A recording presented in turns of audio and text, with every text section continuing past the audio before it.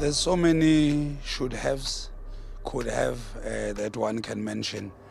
If you take the last 3 games, we look a very positive team as reference. Maybe that should be done at the end of the season where we'll reflect correctly on everything. We still have a game tomorrow. There is still so much to play for. Looking at the possibilities that are still available at us. Let's play the game tomorrow, win it. First, secondly, try and win it with that scoreline if it's possible. It gives you a different perspective. But tomorrow, let's just play the match play to win and take the possibilities that are there.